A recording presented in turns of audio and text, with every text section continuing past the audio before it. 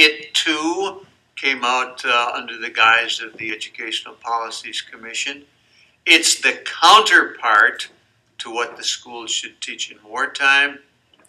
And it is planned and written for a future in which hostilities would cease. The Cold War conflicts and the space race that came along rendered this planning to be in vain. We did not anticipate the Cold War. We did not anticipate conflict with any of our allies. It's kind of a rose-colored publication. It's a series of sketches of post-war life. I think there are 3 localities: Smallville, Middletown, and something else. It talks about education in a small village, in a medium-sized town, and then in a large town.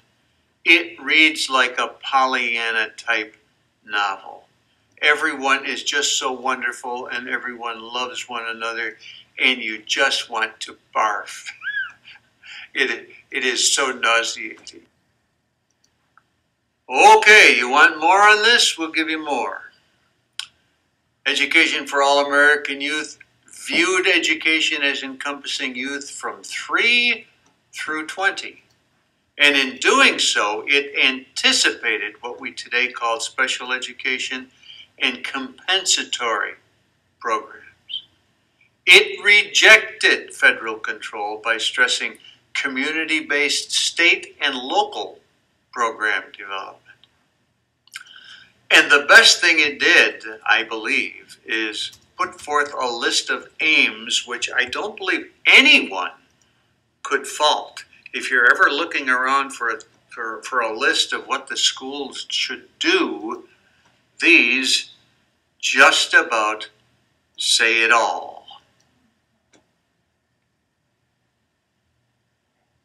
Equip, and I'm sorry ladies, they use him all the time rather than them.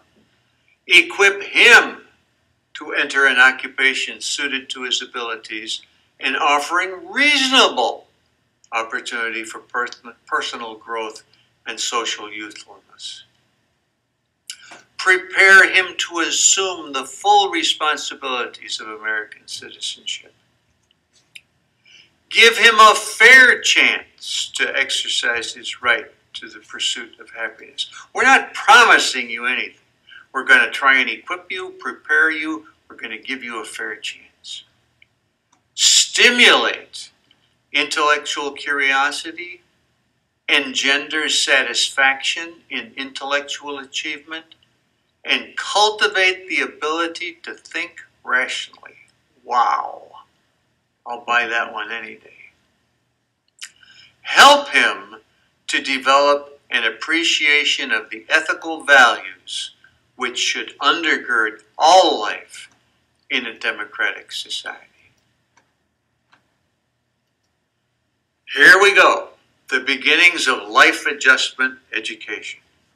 It all arose from a concern by vocational education folks for the status of vocational education in a post-war society. Vocational education had been very relevant during the Depression, during the war. Vocational folks did not want to lose that edge. So as the war was winding down, they met in 1945 to discuss what can we do to keep relevant in the post-war years. It all began at a 1954 meeting in Washington, D.C. of a governmental consulting committee when Charles Prosser, remember him? He came to town with David Snedden way back at the turn of the century. Charles Prosser, as wise senior citizen, was asked to summarize the proceedings. I see Charles Prosser in the back there. Charles, would you like to come up here and tell us what this conference has meant to you? Charles, I don't know how long it took Charles to get to the front, but when he did, he said, "It is the belief of this conference that, with the aid of this report in final form, the vocational school of a community will be better able to prepare 20% of its youth of secondary school age for entrance upon desirable, skilled occupations." What was it that Butterfield said? 15%. Oh, excuse me, 25%. So Prosser's cutting 5% away there. And that the high school will continue to prepare 20%, oops, another 5% sloughed off, of its students for entrance to college.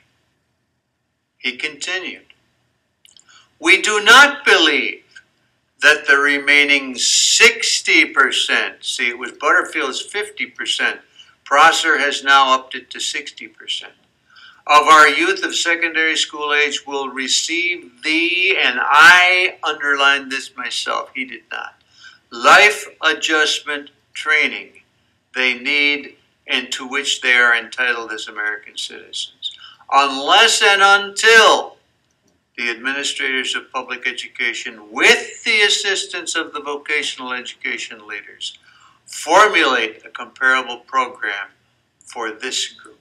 Now, I've got life adjustment training underlined because that's what the movement became. And so, the life adjustment, the beat goes on. A series of regional conferences was planned for 1946. They all validated the concept. You may be expected different. I don't think so. A national conference was planned for 1947.